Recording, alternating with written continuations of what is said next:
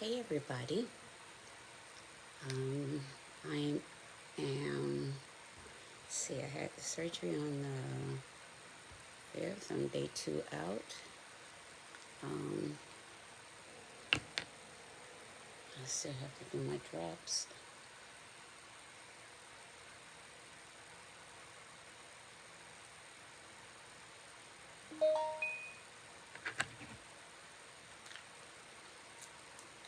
So I still have to do my drops. This one I do 4 times a day. Hold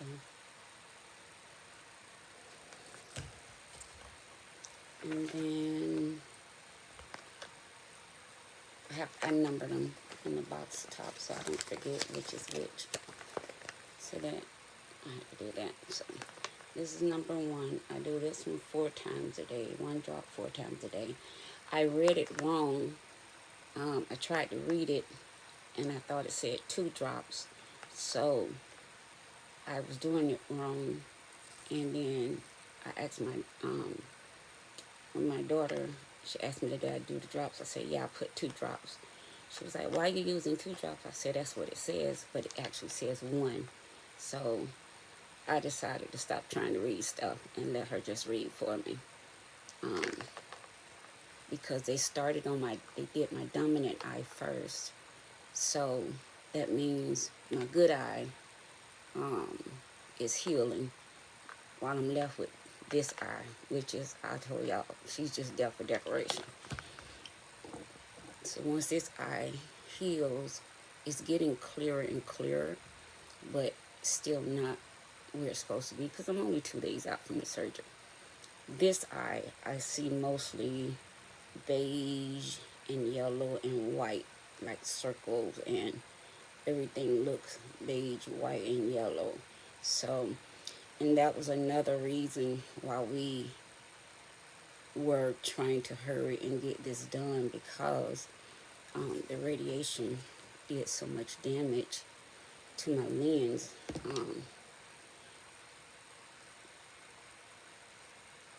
And somebody might say, oh, you just had cataracts. No, I had cataracts induced by radiation. And when you have cataracts induced by radiation, most of the time cataracts have stages like any other disease, cancer, what have you. But with cataracts, when you get to stage 4 and all like that, that's when you start losing your sight.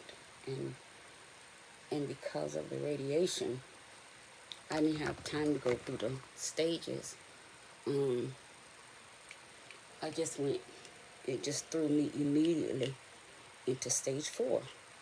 And by the time we caught it, I was already at stage 4 and already losing my sight. So that's why we had to rush and do everything. Unfortunately for me, like I explained to you guys before, that was an unexpected experience. Though I had to, because I had already, rescheduled the surgery twice because I didn't have the money and I didn't know the insurance wasn't going to pay what's called the premium for the premium lens, because my lens are so damaged. Just a regular lens would not have been strong enough. So what my doctor needed to do was use a premium lens, which would give me a better results. So that's why I had to do the Save My Sight campaign. And some of you have been most generous. And let me tell you guys something. You all don't even know how life-changing it is to lose your sight, because I've lost my sight before due to the brain tumors. And I lost my sight for about 2.5 years. Scariest thing I've ever been through, because I've had my sight all my life. And then to just, boom, you know, you completely lose your independence, you know. You completely have to depend on someone to drive you here, drive you there. You got to depend on people to do your banking, help you handle your business, help you read documents. You know, you got to trust people to read stuff right to you, especially stuff you got to sign and anything legal or anything that involves your finances.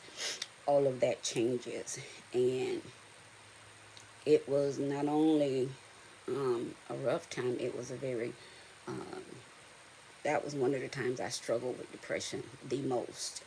Um, so fast forward now, after going through all of those brain surgeries and the other surgeries I've gone through and strokes and rehabbing and all of that, I was thinking, oh my God, I went through all of this for 12 years for nothing. None of that worked.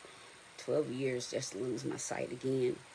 So when we found out that it was the radiation that was causing the cataracts, that was causing my sight to deteriorate. Um, you guys, I cried in the surgeon's office when he said he could fix it. I cried, and I cried so badly. He told his nurse, he said, why don't we give her a moment alone? He told her, just give her a box of tissues, cut the lights off, and let's just go out. So they dimmed the lights all the way down. She gave me a box of tissue, and the surgeon and his nurse walked out the room. They left me in there for about 20 minutes. And I literally just was in there bawling, just bawling, because at first the surgeon kept saying, I can't understand why you have such horrible cataracts at 55. He kept saying, you're too young, you're too young, you're too young.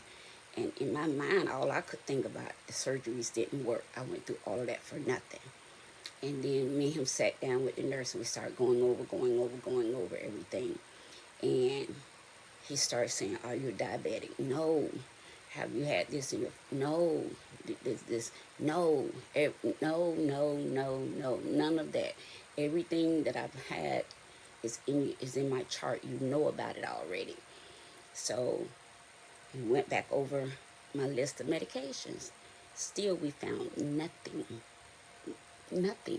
you know. So I'm still sitting there. I'm midway now into an anxiety situation,